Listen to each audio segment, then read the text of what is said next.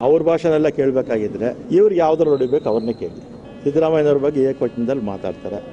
ನಾವು ಮಾತಾಡೋಕ್ಕಾಗಲ್ವ BJP ಅವ್ರ ಬಗ್ಗೆ, ಯಡಿಯೂರಪ್ಪನವ್ರ ಬಗ್ಗೆ, ಅಥವಾ ಸದಾನಂದ ಗೌಡರ ಬಗ್ಗೆ, ಅನಂತಕುಮಾರ್ ಅವ್ರ ಬಗ್ಗೆ, ಅಥವಾ ಮೋದಿ ಅವ್ರ ಬಗ್ಗೆ ನಾವು ಏಕವಚನದಲ್ಲಿ ಮಾತಾಡ್ಬೋದು.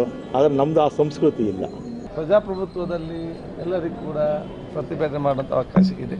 ಅದಕ್ಕೆ ಅದೊಂದು ರೀತಿ ನೀತಿ ಆಚಾರ ವಿಚಾರಗಳು ಇದೆ. ಬಹುಶಃ ಯಾವ ರೀತಿಯ ಮಾತನ್ನು ಬೆಳೆಸಿದ್ದಾರೆ, ಏಕವಚನದಲ್ಲಿ ಮಾತಾಡಿದ್ದಾರೆ, ಅವರ ವ್ಯಕ್ತಿತ್ವ ಮತ್ತು ಅವರ ಸಂಸ್ಕೃತಿ ಅನ್ನೋದು ತೋರಿಸ್ತದೆ. ಸೊ ಅದು ಅವರ ಅದೇ ಸಂಸ್ಕೃತಿಯಲ್ಲಿ ಬೆಳೆದು ಬಂದ ಕಾರಣ ಅದನ್ನು ಮಾಡ್ತಾರೆ. ಅದಕ್ಕೆ ನಾವು ನಿರ್ಲಕ್ಷ್ಯ ವಹಿಸ್ತೇವೆ. ಅವರು ಹೇಳಿದ ಮೇಲೆ ನಾನು ಮಾತಾಡಿದ್ವಿ, ನನ್ನ ಹೆಸರನ್ನು ಉಪಯೋಗಿಸಿದ ಮೇಲೆ ನಾನು ಮಾತಾಡಿದ್ವಿ. ನಾನು ಅವರ ಹೆಸರನ್ನು ಉಪಯೋಗ ಮಾಡಲಿಲ್ಲ.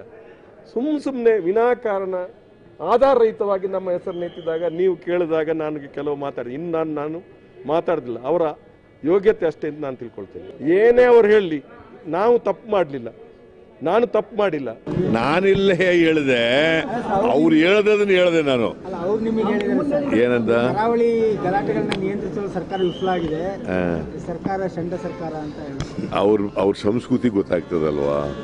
BJP-ಯವರು ಏನು ಮಾಡಿದ್ದಾರೆ, ಹೆಂಗಾದರೂ ಮಾಡಿ ಕಮ್ಯುನಲ್ ಕ್ಲಾಶ್ ಮಾಡಿಸಿ ಓಟನ್ನು ಧ್ರುವೀಕರಣ ಮಾಡಬೇಕು ಅಂತಕ್ಕಂಥದ್ದು ಅವರು ಉದ್ದೇಶ. ಅದು ಸಫಲ ಆಗಲ್ಲ. ಅವರು ಮತ್ತೆ ಏಕವಚನದಲ್ಲಿ ಮಾತಾಡೋದು ಅವ್ರ ಸಂಸ್ಕೃತಿ. ಅವ್ರಿಗೇನು ಸಂಸ್ಕೃತಿ ಇಲ್ಲ BJP-ಅವರಿಗೆ.